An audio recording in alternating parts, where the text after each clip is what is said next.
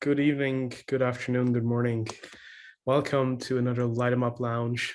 Welcome to a show that was intended to host Angela Brown and James Brown from Black Label Trading.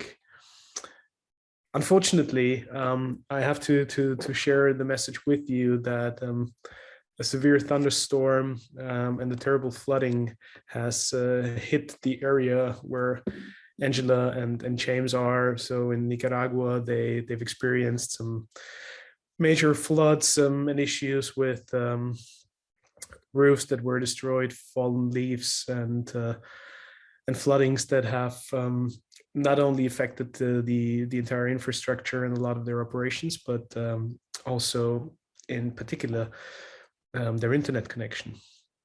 So because phone data unfortunately is not sufficient to do this Zoom call and this lounge together with us today live, Angela and James both shared that they're very sorry, but unfortunately they won't be able to join us today, which is very unfortunate, and we're terribly sorry to not have the pleasure of now introducing our guests for today as we normally do.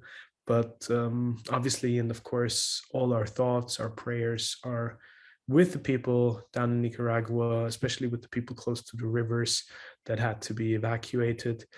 And our thoughts are with Angela and James Brown from Black Label Trading. And we hope that everything will work out for them in the best way and most safely and quickly as possible. Nevertheless, we will do a take two, of course, and we'll have James and Angela back here live at the lounge as soon as possible. And we will take the opportunity to do a little bit of a community show and get some of you people involved, talk about some of your experiences that you had with Black Label Trading, and share a bit of a good community time here at the lounge today before we wrap it off. And eagerly await our take two with Angela and James. So without further ado, welcome to all of you. Welcome to everybody joining us here at the lounge via Zoom. Also a big, warm and heartfelt welcome and thank you for joining us today to everybody watching on Facebook. Again, for those of you who just logged on, we're terribly sorry that Angela and James Brown cannot be with us today on short notice. A thunderstorm has hit Nicaragua and Esteli, the area where they are, and because of the floodings and major destruction on infrastructure, they're without internet connection and cannot join us. Whilst we're waiting for take two and an opportunity to welcome them back. Let's do a little community session. First of all, I would love to open the floor to all of you watching us right now. If you have any questions that we can answer for you today, that I can probably answer for you regarding Light 'em Up, the Light 'em Up Go application, or some of the articles, the blogs where we share anything concerning our Light 'em Up world. If you have questions, today would be a great time to discuss some of them, and I hope I can answer as many questions as possible. Whilst at the same time, let's get some people involved here joining us today. And let's start with the man who I know has plenty of experience with Black Label Trading, besides being one of our most loyal friend and fellow along the Light 'em Up journey. Ray, it's always a pleasure to see you, always a pleasure to have you back. I know you're super busy now running the shop in Leeds, but how about you tell us a little bit of your experience with Black Label Trading and just how you got to know the brand. Hi everyone. Yeah, I'm probably one of the biggest hardcore fans of Black Label in UK. The cigars are not available here, but with all the connections and everyone I have around the world, I still have finding the people which can send me some of their new products. And how I found them was very accidentally. You know, I'm usually don't smoke them for that long, maybe 2 years, 3 years. That's what I found the brand. And again, super coincidence. There's a good friend of mine which he always say that kind of bands with the skulls and bones and the black stuff, it still sounds a little bit gimmick. And say, I'm probably agree with you, but let's find some and try them. And we start digging around. We get a first sample of 5-6 cigars back in the time. And every cigar I smoked was like, wow, that is a really nice cigar. So what's it about? And then I started researching a little bit more, and it's literally hit my palate. You know, it's probably my favorite brand at all. Cigars is a Black Label, and everything coming from Ovea Negra. Black Label, Emilio, Blackworks, all those cigars are just hitting my palate 100%. What, in your opinion, is special about the cigar? So, what has hit your palate so well that you felt yourself like drawn back into it over and over again? Well, first of all, most of the cigars, they are very strong and full-bodied. You know, they're literally on the hard end of a palate. But I found a lot of them super flavorful, which sometimes is a big hit and miss in the strong cigars. You've got plenty of strong cigars, and majority of them are just punch, punch, punch, and that's it. Not much of a flavor. But in the Black Label stuff, they have a lot of punch, especially some of the lines like the Morphine, the Bishop, and etc., etc. They have a lot of flavors, which is really nice combo. You know, flavors, the size as well. There's not many big cigars in the Black Label, and I'm a huge fan of Lancero, Lonsdale, Petit Corona size, and most of them are literally that kind of sizes. So everything. Let me ask into the lounge here, for all the people joining us today, who of you had a previous experience with Black Label trading cigars as well? And please feel free to chime in and share some of your stories. Eager to hear them. Mace, welcome. Hey, Reinhard, how you doing? Thanks for another great session. We're looking forward to well, now it's going to be a community session, so it's even more exciting. This is great. Hey, truly heard with all of you guys. I love it. Now, I'm just going to say, it's interesting. I wanted to jump in straight after Ray because, yeah, you have to excuse the noise out here. I'm next to a hospital in Los Angeles. Sorry about that. But Ray actually got me onto Black Label too. So for me, I'm with Ray. I love my powerful cigars, my full-bodied cigars, but I love there to be some flavor, you know, and as Ray was saying, the Bishop blend, you know, there's so many great cigars coming out of these guys that for me, there's something for everybody. You know, the Tolos are great. I love a Lancero. Like, it's absolutely brilliant. That's why I was really looking forward to it. I mean, I got myself a Salvation going here tonight. So really excited, really good. But yeah, it's one of my favorite brands. Well, I think. Very good to hear. Beautiful. Mike, what are you enjoying today? Which cigar are you savoring? I'm enjoying one of my Padron 7000s. That's one of my favorites. They're rather good cigars, and they seem to have a lot of great flavor, as Ray was alluding to with some of the other cigars. I got to be honest, I've never heard of the Black Label line. I had to look them up. I'm hoping to try them. I'm kind of surprised that I've never seen them. It may be that they don't sell them around here, so I'll have to ask my merchants if that's the case. But yeah, I love my Padrones. And it's always great that you guys are joining us, no matter where you're from, no matter what cigars you're enjoying. This is all about the community. It's all about the people and us getting together, sharing some great stories, and hopefully, like for yourself, Mike, also introducing people to exciting manufacturers, exciting concepts, exciting young and thriving businesses, and new things to try. So I truly hope that we can convey some very interesting stories here. I agree. Thanks, man. Peter, you wanted to chime in, I believe. Yeah, I'll just echo what Ray and Mas have said. I've been smoking Blackworks and Black Label for 3 or 4 years, and they are strong cigars, but what I like about them is that they're always balanced. You know, there's a lot of flavor there, but there's nothing that just pops right out and smacks you in the face. Mm-hmm. There's still a lot of complexity and nuance to them, and it's always interesting to me. It's probably the same in a lot of brands, but every cigar that James puts out is different, but there's always something that ties them together that it's Black Label. And I like the Dissonance, and I like the Emilios. Everything out of Oveja Negra seems to just sit with me very, very well. Would you say it's the style of blending and it's the aroma and flavor profile that hits you the right way, or is it more about sort of the overall package, the branding, the design, and how it all sort of comes together? You know, I wouldn't say this if James and Angelo were on here, but the artwork and the style of the branding, they're from a different generation than I am, and so that doesn't enter into it, you know. But I do like the way they blend their cigars.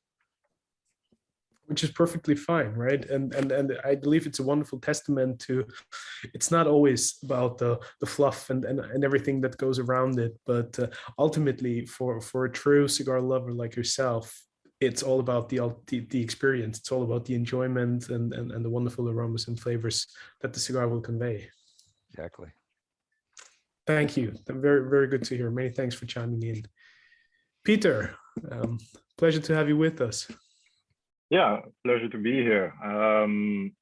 As you may know, I'm with Mediarwede in Belgium. We actually import Black Label Trading Company and Blackwork Studio in Belgium. I must say, I echo the comments that have been made until now. So it's all about a bold style, bold cigars. But what I specifically appreciate in James' blending style is his nuances. I mean, they are strong cigars, but they remain very nuanced.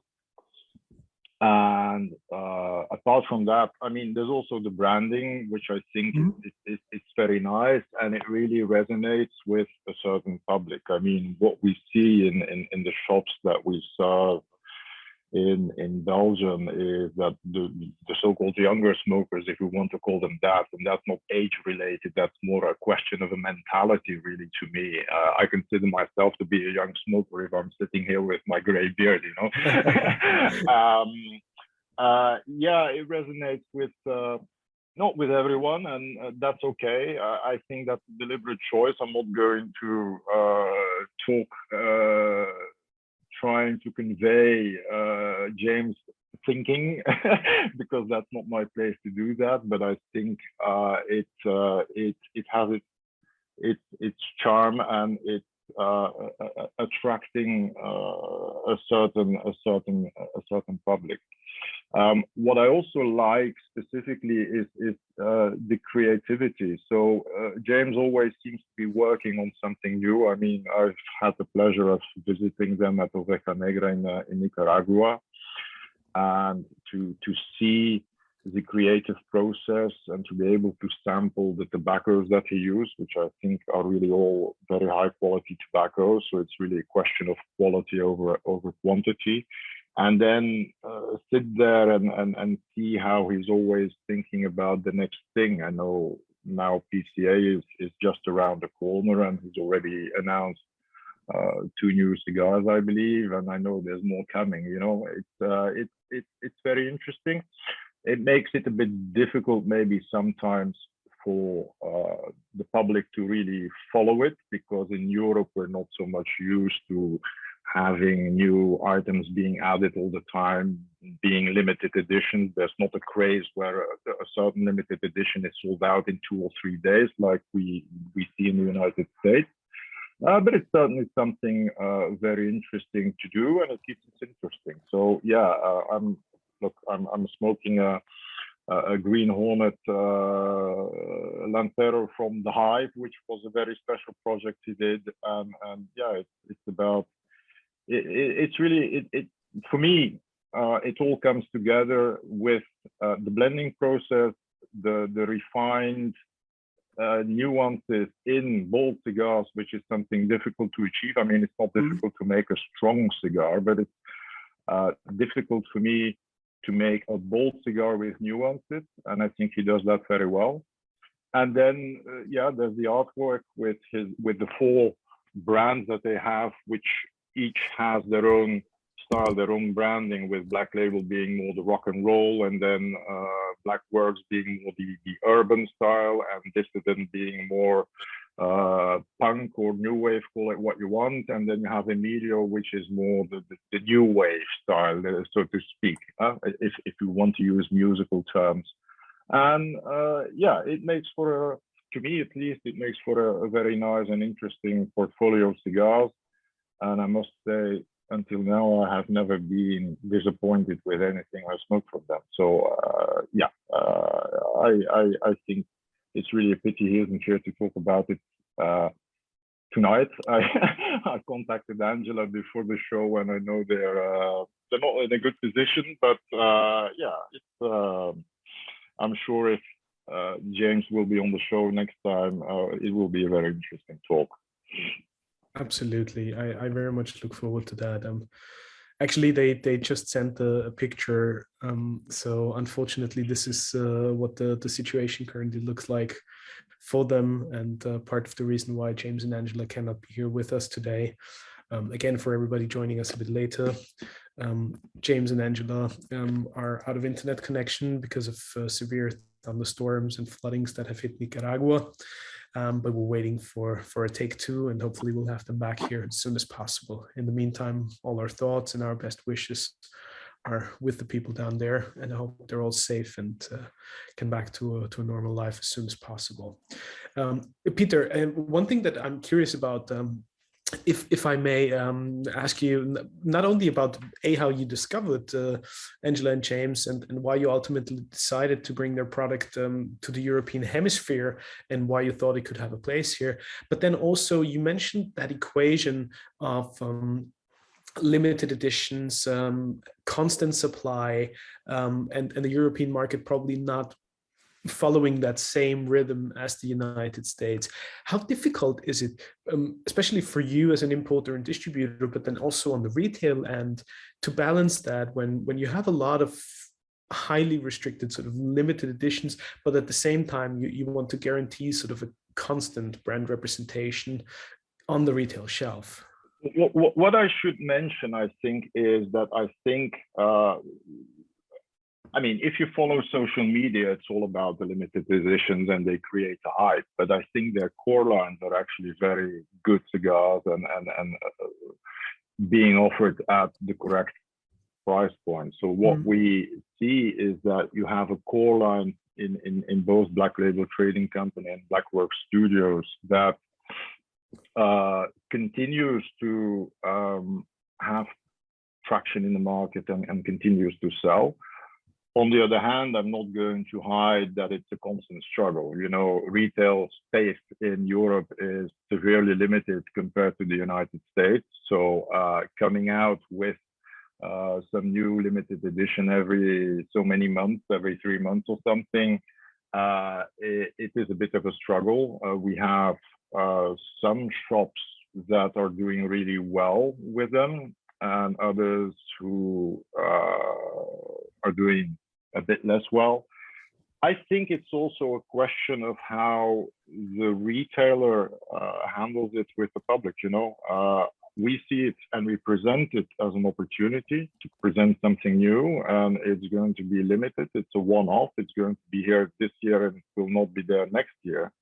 And so as a retailer, if you decide you want to order 1, 2, 3 boxes and you present them to the public, doing your job as a retailer, so to speak, I think there's certainly a place in the market for it. But again, I'm not going to play the retailer here. I'm on the other side of the business. So what we try to do is to stimulate our retailers to order the limited editions and to present them to their customers.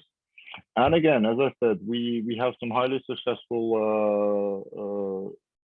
shops where they have a public that buys regularly, and then there are some other ones where it functions less well. But I think that's the same for any brand. I don't think it's specific to Black Label Trading Company or Oveja Negra in general. Many thanks. Yeah. Let's jump over to the Charlottes Narvik. Welcome, buddy. Good to see you. Thanks for chiming in. Hey, what's going on, buddy? Thanks for having me, and I appreciate you. It's always a pleasure when I catch a show on Facebook. So, Thank so a you. couple of things. So, I'm kind of gonna go backwards a little bit. I'm gonna piggyback on something that Peter said. How you doing, Peter? So he kind of touched on, how Black Label is doing in a particular retail shop, and and what I glean from that is more of a microcosm of how any type of brand, a non-traditional brand, does in a retail shop, right? Being someone who is, I worked in a retail shop before, and then I was also a boutique cigar rep, and then I became a tobacconist. And I bring all of that up to say, like, I've had some intimate knowledge of how boutique brands gain traction inside of certain shops. And one of the things I've noticed is this: there are some shops that bring in a brand and they just kind of they just sit it on the shelf and they hope that it does well, right? There are other shops that actually partner with the brand in trying to help it grow legs. There was this one particular shop, I forgot what city in North Carolina is in, but it's called Anstead's. Back when I was boutique repping, what he has a situation where he would bring in a brand, he would highlight it. He had like a specific area right in the very front of his humidor where he would put a new boutique brand, right? He would advertise it well. He would have his people who worked in the shop bring people's attention to it to help it grow legs over the next 3, 4, 5 months, whatever his time frame was. If it didn't, then that was something he didn't bring back in. But the point is that he put his resources behind trying to help that brand grow inside the shop. Now, of course, it's not just up to the retailer to help the brand grow. It's up to the brand owners and whatnot. But the thing is, like, say you got a brand ABC who might have 80 shops across the United States. Well, they can only be in certain areas at certain times of the year. So when they're not in your area, it is up to you as a retailer to help that brand grow and blossom, within your shop. The other thing that I wanted to say was, I've met James when he came down to Charlotte one time. He did a tasting, and I had an extensive conversation with him. And I gained a lot of respect from him as a cigar maker, not just a brand owner, but as a cigar maker in our conversation. Because I asked him the question of, how do you make cigars? Do you make cigars inside out? Or do you make cigars outside in? And he said, 90% of my cigars I make inside out. Every now and then I may have a particular wrapper that I want to highlight, so I'll make them outside in. And he was talking about his modus operandi, about how he goes into creating blends, and then how we sat down and we smoked a couple of his cigars. There was somebody else on here that said that his cigars were very well balanced. I agree with that 100%. They are robust, they are flavorful, but they are well balanced. So so shout out to James and his entire team. They make really good cigars. Brilliant. Many thanks for sharing. And I would love to piggyback a little on what you said about, how the retailer, for example, would stage a new boutique company in a specific part of this walk-in humidor, give them exposure, introduce people to that. And so I'm curious, for actually everybody joining us today, watching over on Facebook or live here at the lounge, what are the things that primarily draw you into a new brand? What makes you decide to try something that you haven't had before? Is it purely the recommendation of your trusted local retailer? Is it the representation on social media? Also, going back a little bit to what we had discussed before, when we spoke about, it's probably not the design that people are interested in, but the actual experience.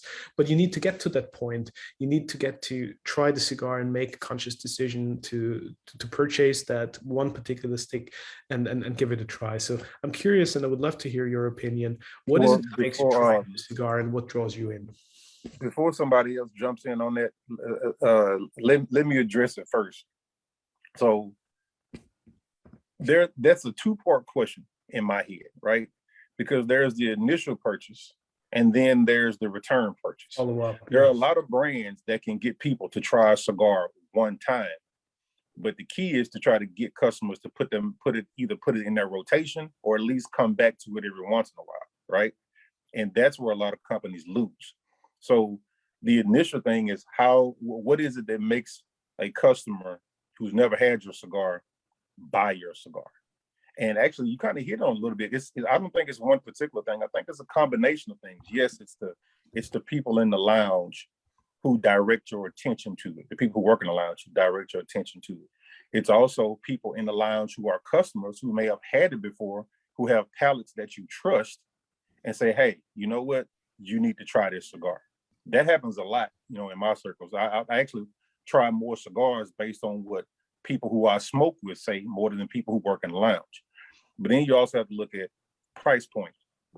The mass majority of people who buy cigars in the cigar lounge, they are typically within a certain price point. There's like that sweet spot, that $8 to $11 price point. Then you have, how it's the marketing, the in-store marketing, how it's laid out in the box, and how the presentation is on the shelf.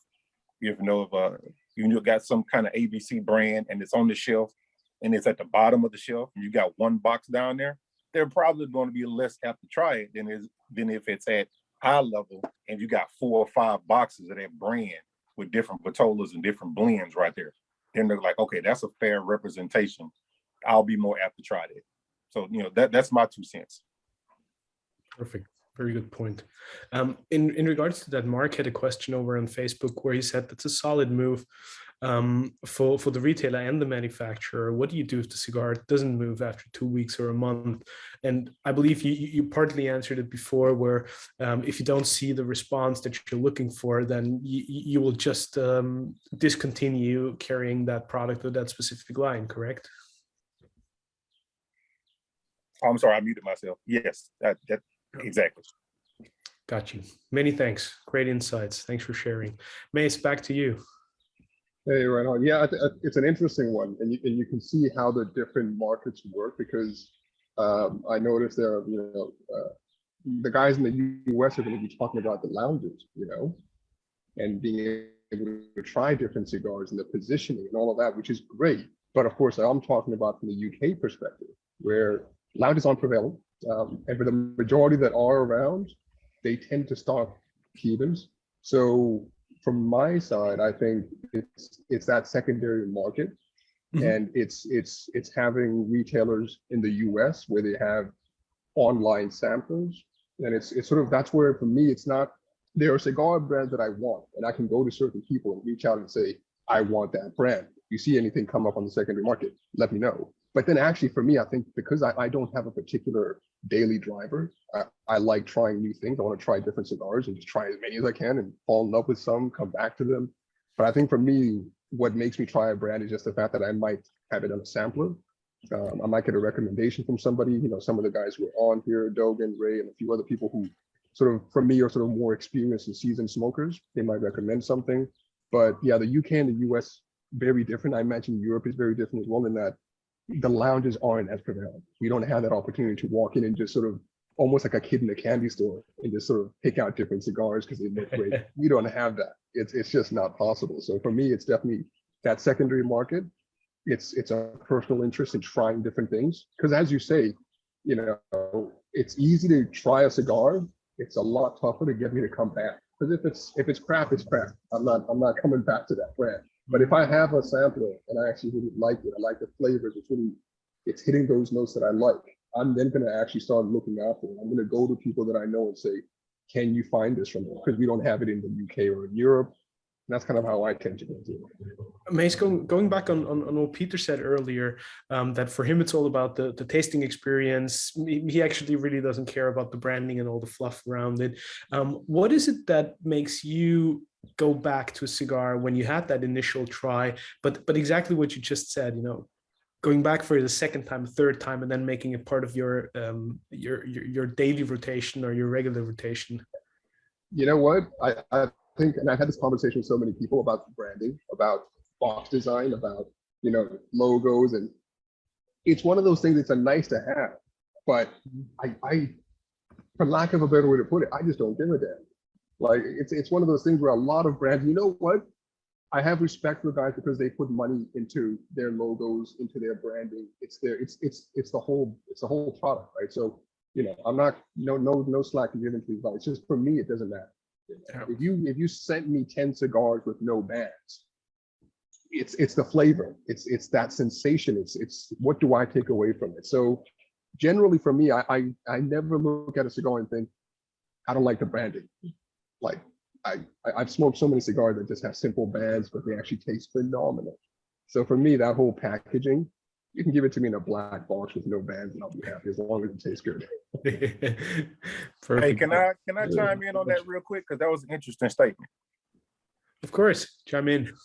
So I see a reflection of myself in him in the way that he seems to be a cigar purist. I consider myself a cigar purist.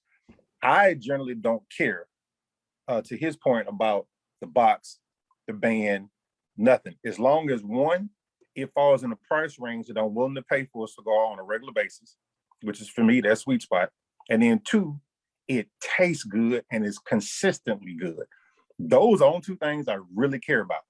However, I was having a conversation with a couple people, you know, who are in the industry, and we were talking about marketing.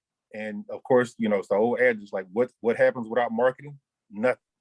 You can have the best tasting, best price cigar on the market. If it does not draw the attention of people with the band or the box or the story or even the people, more importantly, because what I found out is that people buy people. That's what sales is about. You're not really buying a product or a service as much as you're buying the person or people who represent that brand. So if all of those things don't fall in line together, then it doesn't matter how good your cigar is. It's not gonna stay around long. So you actually have to have all of that in order for a brand to be successful. Because I mean, I know this for a fact. I know you guys know it, and we don't have to call out any names of brands, but there are people who buy what I would consider some shitty cigars, but they're the people who represent the brand. They're really nice people. You know, they're fun, they're nice, all this kind of stuff. Point, and I would like to add to that. I think it also has a lot to do with the way that people consume information or where they draw inspiration from. Because if you're all by yourself somewhere in a remote rural area, and social media or new media now is probably the only means of communication and your source of information that you get, then branding, design, like the way those brands produce content on social media will be crucial in order to properly introduce themselves to those folks.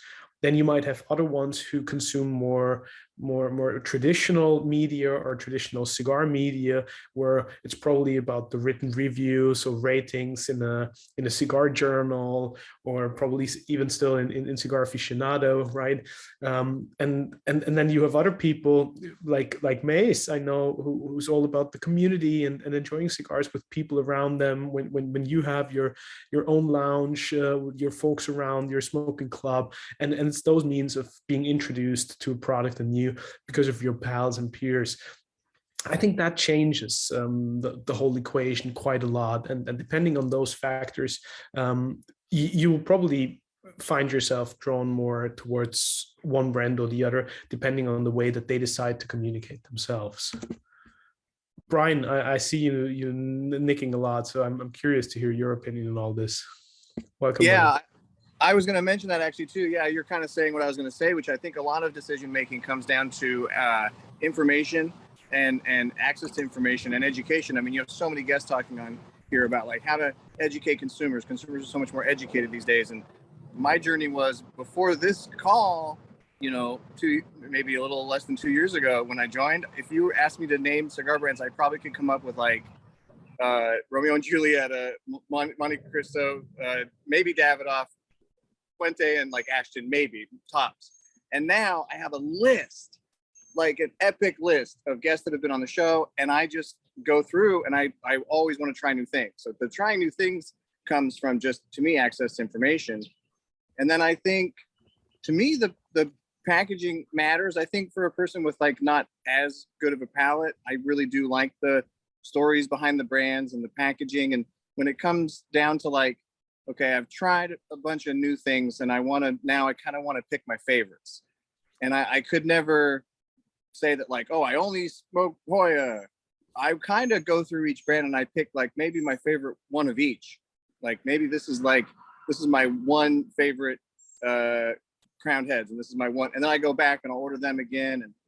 And I think on a certain level too, I don't know if other people feel this way, but at a certain point, like ethics plays into it a little bit. If you do some research here and there, like I know a lot of people boycott in general in the world and choose companies to, you know, give their dollar to or not. And I really like last week you had that gentleman on who was talking about the sustainable packaging, and I'm like, yeah, I'm into that.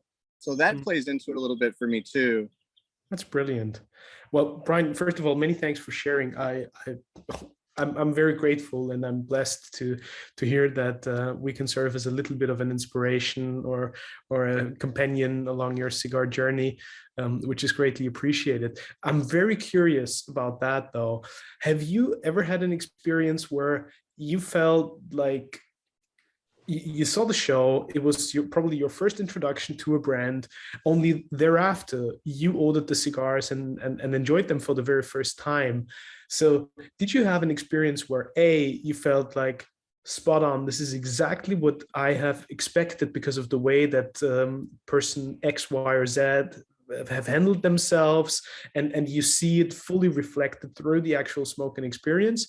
Or maybe B, actually the contrary, and you don't have to name any names, obviously, but just if you feel like, you know, the show was great, the guy felt great, or the lady felt like amazing, and they had great stories to tell, but it was a totally off experience, or it just didn't correlate with what you had expected because of that?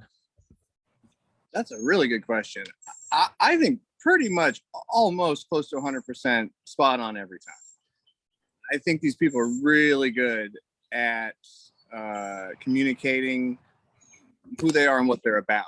And if I get a bad vibe from the show, honestly, about maybe this one person's character, I'm probably not going to try it. But that's happened maybe one time.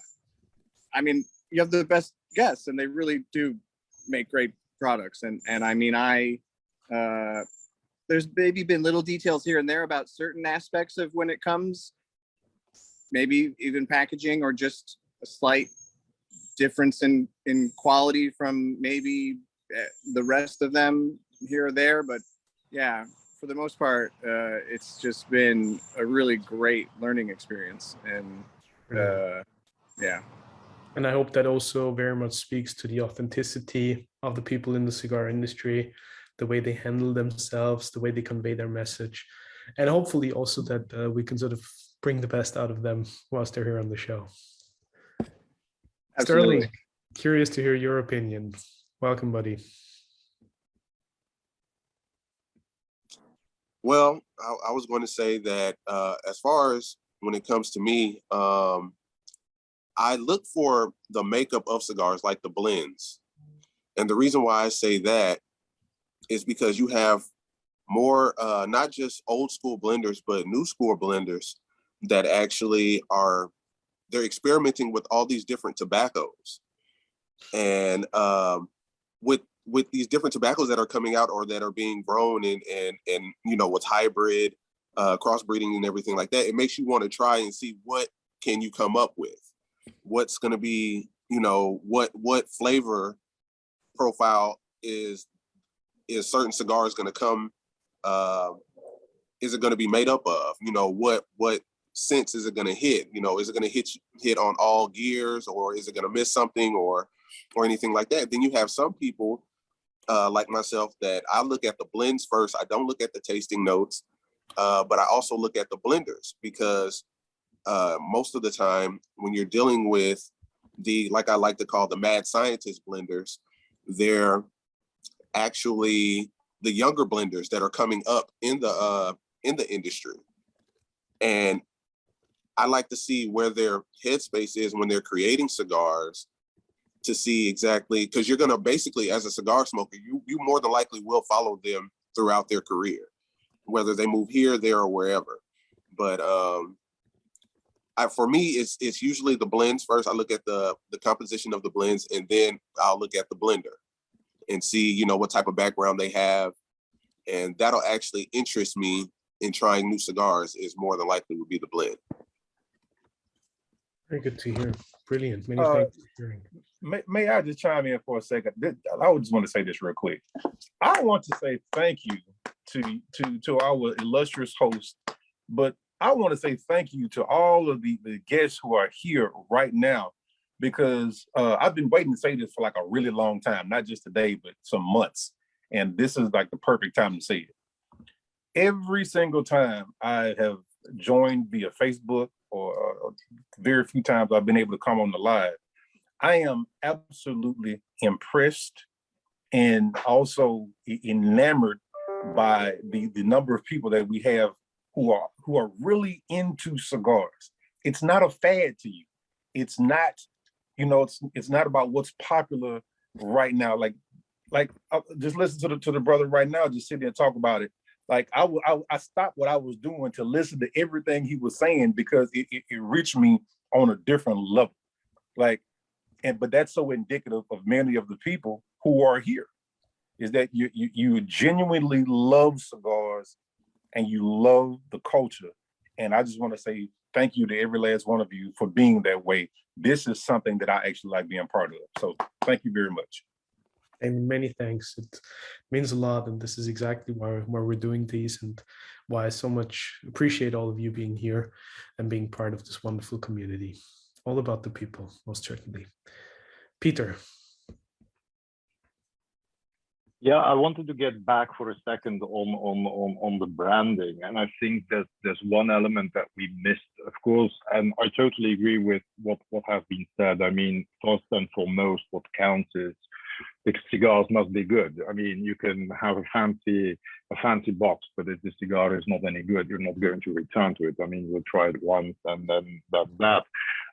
But in the case of James Brown specifically, I think he's an artist, and he's a very creative person. I've had the pleasure to visit his home and see some of his artwork. So the boxes, I believe, are more than just branding, which is a purely commercial concept. It's really an expression of his personal creativity. And related to that, I would say, I mean, we have people here from the States and other people from Europe. We mentioned marketing. As you may know, in many European countries, Belgium is one of them.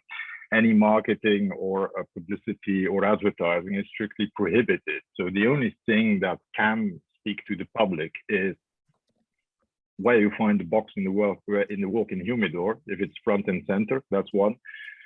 And two, the box itself. I mean, it's the only way you can attract the attention. So in the case of Oveja Negra brand, James Brown, I think it resonates strongly with many people, just because you notice it's a personal expression from the maker, and I think that's an important aspect. Great point and insight. I want to give Dave the microphone and the opportunity to speak up. Good to have you on the show, Dave. Thanks for joining. Thank you. So I'm a partner of Peter. So we introduced also a black label to Belgium. Brilliant. So, but going back to how we did it. So obviously Europe is known for its Cubans. So the marketing or the rings and the bands on the cigars are quite simplistic. They're not super fancy, quite boring. I think the thing I look for when I smoke a cigar, I go through the humidor and I just look at the construction and I just pick all the new things and just give it a go and see if it's good or not. And then we get to the point where it was already mentioned, will it draw me back in or not? It's one of the important things. We were quite bored with what we had in Europe, even if it's a good selection, but we were jealous of all the New World cigars in the States. So we started ordering, joining a few cigar clubs. And then you have the Secret Santa and stuff like that, where you get like these huge samplers with all cigars that you've never heard of, which is amazing. Then you can try stuff, and some things really stand out. You say, damn, this is a good cigar. I've never smoked this before. Why can't I get it here?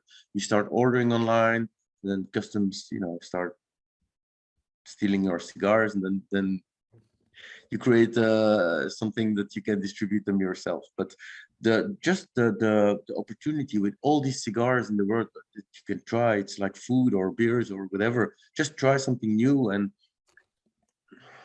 all the branding and marketing, it has an impact, huge impact, I'm sure of it.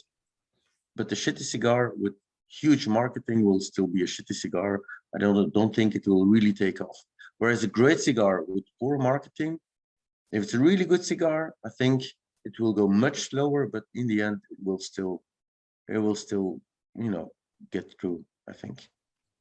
Very valid point, certainly. That's very akin to the saying about what it says, an idiot with a plan will always beat a genius without a plan.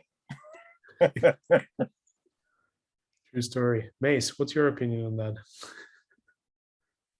I want to touch on a point that you brought up earlier when you were asking Brian about the tips, suggestions, and advice that he's taken away. And it's something that I wanted to touch on in that there's somebody who was on, so we won't mention any brands, right? But there's somebody who was on recently. I've ordered a few sampler packs from the brand, and I must have had maybe 10, 15 different cigars. Just none of them worked for me. And I don't know if that's just sheer stubbornness or perseverance, because I kept trying different ones. I'd be like, all right, maybe this will be the one. And it must have gotten to like cigar 16, 17 from this brand, right? Before I was like, all right, now I see it.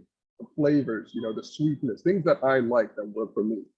And so what I wanted to say with that is, I think a lot of people, and this is maybe me being more of a purist because I want to try them. I want to try different cigars. So it's one of those things where I think some people would try a particular Vitola from a brand. It might not work for them. And then they write off the whole brand. And I think it's something that people really need to be careful with because, there's different blends. As we're saying, there's different blends. There's some people who say, I don't like Brazilian wrappers. I ain't touching it. Fair enough. You've tried them. It doesn't work for you. But I think it's important that with different brands, it's, they have different blends and it's worthwhile just trying a few, not going crazy if it's within your budget. Try a few different ones because you might find the one that actually kind of sticks out for you and you're like, okay, I can see what they're talking about. Where do you feel like that discrepancy could come from? Is it purely on an aromatic or taste perception, or do you also feel like it has to do primarily with the personality?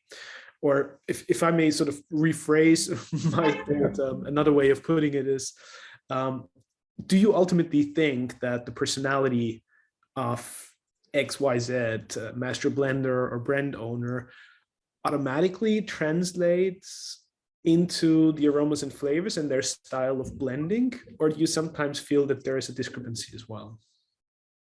I think there's, again, right, I think there's always a good discrepancy. And the reason I say that is it's all about flavors, right? We all taste things differently. We could sit here having a glass of wine, the same exact glass of wine, and I could pick up the oakiness in it, and somebody else sat right there will say, no, I don't get any oakiness from it. It's like certain people who can sit there, the whole Pepsi and Coke challenge. And if you take that challenge, I can smell which is the Pepsi versus the Coke. So again, master blenders have their ideas and have their, what they're trying to convey through that art of great tobaccos. But ultimately, you and I will taste different things. So I think there's always a discrepancy there. But I think also what then happens with certain cigars is just that there's just something in it. Some people like sweet, some people like savory. Sometimes different times of the day, you want a sweet cigar. You want something that's going to complement maybe what you're drinking. So it's one of those things where a certain cigar might not work today, but then tomorrow you're like, oh, wow, just because you went from having a rum to having a beer, a craft beer tomorrow. So I think there's always a discrepancy in that, but also, the cigars from the blenders, as much as they're going for a certain direction, your flavor, your palate's going to be different. So I think it's hard to just rely on them and saying, yeah, that's what it's going to be. I think that's very true. My point was more to the extent of like, I feel that with a very calm, gentle person, with a very with a guy who dresses elegantly, who behaves a certain way, I would assume that somehow relates to the way that they might blend their cigars, or the way that they envision their brand to come alive, also from an aromatic and gustatory perspective. And I think I have rarely seen like a brutal guy, like somebody who is bold and whose character is just like all over the place, and he's always shouting and very loud and almost intrusive. And then you get this very fine, super delicate cigar that is a mild to medium at best, and just like an essence of ethereal freshness and lightheartedness. I believe Agreed. I see where you're going. Yeah, I don't think there's a discrepancy. You're absolutely right. I think you're right. There are certain blenders though. You look at certain people and you're like, you see, again, not to mention names, but you see certain master blenders and you got, tattoos galore, hair, beards, and you're like, wonder what's gonna come out of that. But then you find that cigar that's like, okay, this is quite well-balanced cigar. Not delicate as you say, but not what you had in mind. When you look at some of the Ligas and Drew Estates coming out of there, and you've got some nice cigars that are fairly, full-bodied, but actually not what you think of when you then look at the guy sitting fronting the company. So, but I do agree that usually I think one form definitely sort of follows function in that sense. Maybe a follow-up to all of you on that regards. And interestingly enough, I thought about this when I was preparing for today's show with James and Angela Brown from Black Label Trading. They're based in Nicaragua, so they have less feet on the ground in the US themselves, whereas usually most of the master blenders or brand owners spend a lot of time in the US, travel themselves, and they show their face a lot on events to promote the product. How important is that personal representation or presence, physical presence from the actual person whose name you will find on the cigar, in order for you to buy into that? Is it very important? Do you always feel like the brand needs that one iconic person, or do you also gravitate towards certain brands that are just perfectly designed, executed, and they just feel well-rounded as a brand, but not necessarily with one particular person behind? I think that's a sliding scale. And what I mean by that is it's almost the question of people's palates when it comes to cigars, or what somebody thinks is good, what somebody else thinks is not good, and so forth and so on. I just speaking for myself, I don't need a brand owner or master blender to come to a shop to help me like their cigar more, to help me to buy into their cigar. If you make a good cigar that I like, I'm going to smoke it. Now, if you come to the shop and you're doing your United States tour, then yes, I'm the type of person, I would love to meet you. Now, that's not going to make me love your cigar any more, any less, or buy it any more, any less. But that's like the icing on the cake. I would just love to meet you. Like, good example, Justo Aurora is just, doing his tours right now. He'll be in Charlotte next week visiting some stores. I absolutely love Aladino, but I love everything that comes out of Aurora, whether it's, Aladino or his brother, Christian Aurora. I love all of that tobacco.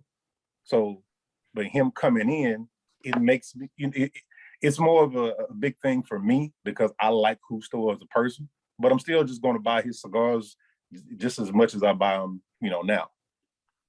But, again, I think that it depends on the person and what that person likes and what they value. I think, if you allow me, I think brand owners or master blenders visiting shops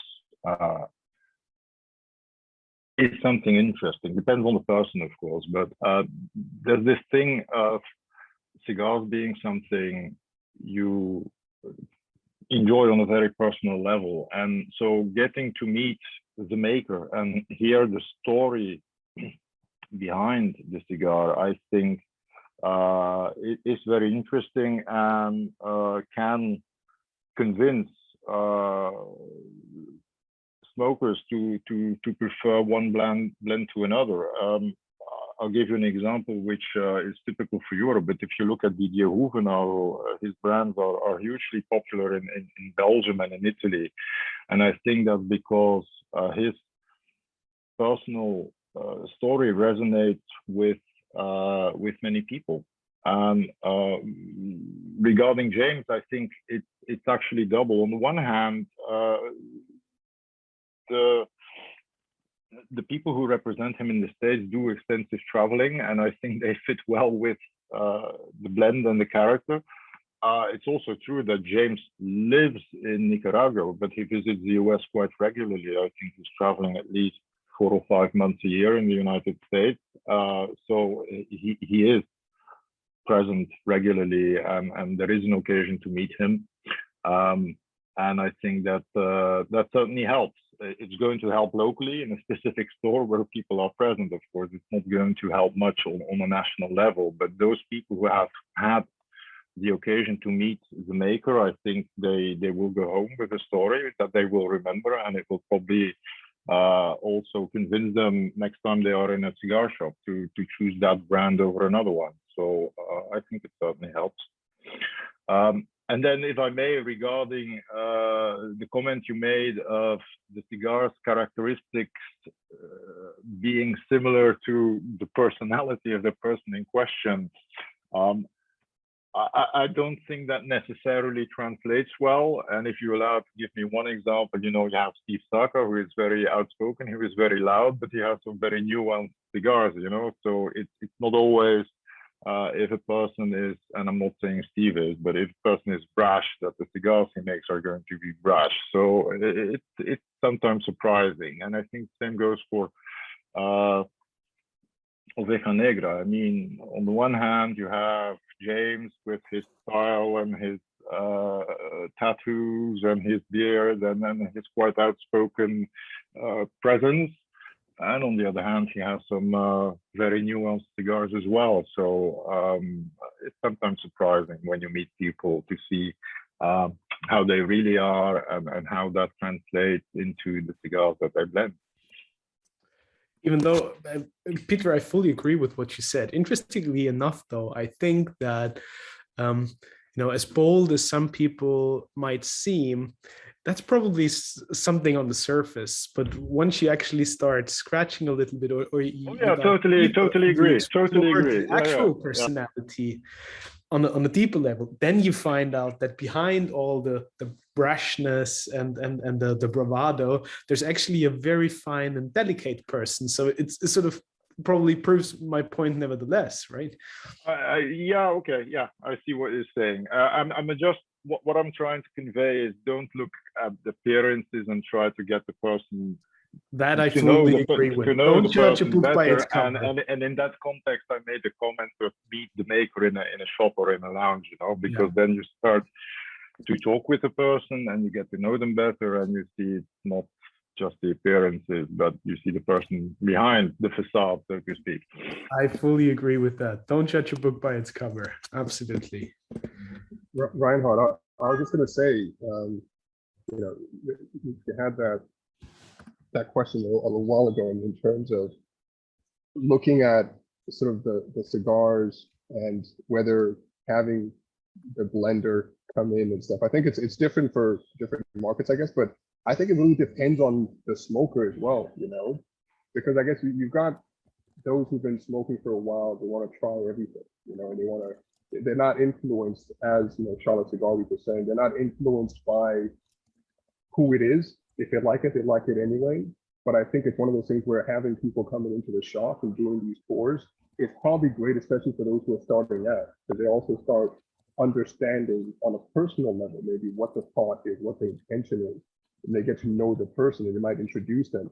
I think it definitely depends on the person and the smoker, what kind of smoker they are. Casual smoker, full on, regular 2-3 cigars a day. They want to try everything. And I think that's what might influence them in terms of whether, Steve Sacker's coming to the shop. I've got to get out there and go see him. Yeah, I love him, but is that going to make me buy his cigars any more or less? Probably not. Because I probably have tried most of them and I have a lot of them anyway. But yeah, I think it definitely depends on the smoker. I think it's good for the industry. It's good to educate people. Again, it's all about the education. But probably seasoned smokers don't really care too much, whereas newer sort of smokers are probably really keen to understand more about the world itself. Brilliant. Good to hear. Again, just a brief update for everybody who possibly joined us a bit later.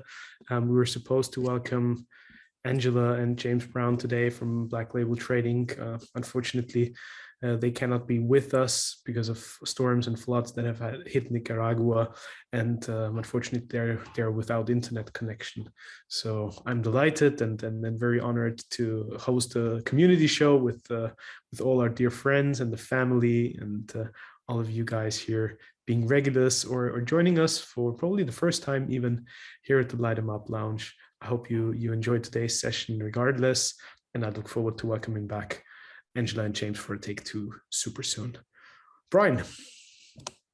I just wanted to emphasize and yes, and the idea of a brand ambassador personality being important. I think it's huge. I think if you look at other industries, it matters a lot to consumers from my point of view, as long as the product isn't garbage, assuming all are equal. Look at the Verizon guy or celebrities who, like I buy Casamigos tequila. The only reason I would know of it is because it's George Clooney's. And, I think if a celebrity decided to jump in and have a cigar brand, assuming it's on par with quality, people would buy it for that reason alone. I think people buy the guy's wine from Tool because he's the guy from Tool. So yeah, I think an image and a person to represent the brand goes a long way. I agree, because I think we all know which brand Sylvester Stallone heavily supports and how many people buy that brand of cigars. So I agree, Brian. That's a very good point. Speaking of very charismatic people that certainly make for an incredible brand representation and have always communicated on behalf of the cigar industry and for the better of the people who enjoy cigars. Next week, we will have Michael Herklotz with us for the second time, this time actually well underway with Ferio Tego. The last time was in sort of a transitioning period for him, but I'm excited to learn more about the first couple of months well underway with Ferio Tego and his various different brands that they were already carrying under Nat Sherman. And then the week thereafter, on the 22nd, I believe it is, we will do a very special show, a bit off the charts and something completely new. We will welcome Laurent Negrin from Stefano Ricci. Laurent is in charge of all the global business development and sales for luxury gentlemen's brand Stefano Ricci. The brand is very closely connected also to the Fuente family. They have very exclusive cigars and humidors that they produce together, besides Stefano Ricci tailoring some of the finest gentlemen's garment. But we want to talk about the history of the smoking jacket, besides Laurent's journey with cigars. And we will also have an incredible raffle giveaway for everybody. We will have 16 very exclusive, never for sale, Stefano Ricci, Arturo Fuente collaboration cigars. So I believe that's a wonderful chance for everybody watching or tuning in before to get their hands on certain cigars that you probably wouldn't have a chance to savor otherwise. So much for the next few weeks and what you can expect. On the 29th, then we will have Casa 1910, a fairly new brand out of Mexico. That will be very interesting. And then we're slowly but steadily rolling towards the PCA beginning of July already. So I think we have an exciting schedule. And also, if you have any specific requests, or if you'd like to see certain people again or for the first time here with us at the Light 'em Up Lounge, please let us know. We always try to change things up a little bit, keep the schedule interesting and engaging for all of you, and offer a wide variety of topics and personalities here at the lounge. Also, I hope that all of you have already enjoyed the Light 'em Up Go application, tried and tested it. Please let us know your feedback and whether you enjoy the service or how we can improve it to make it even better for you. You can find it via app.lightemupgo.com and also on our website, of course. And I think for everybody watching us on Facebook today, that'll be a wrap, and for everybody here at the lounge, we'll keep it open. Let's enjoy cigars. Let's enjoy the conviviality and some great communication. Again, for everybody watching on Facebook, thanks for today. Thanks for being with us. We'll have Angela and James Brown back as soon as possible. And for today and tonight, I wish you a wonderful rest of your day, and light 'em up as always. Goodbye.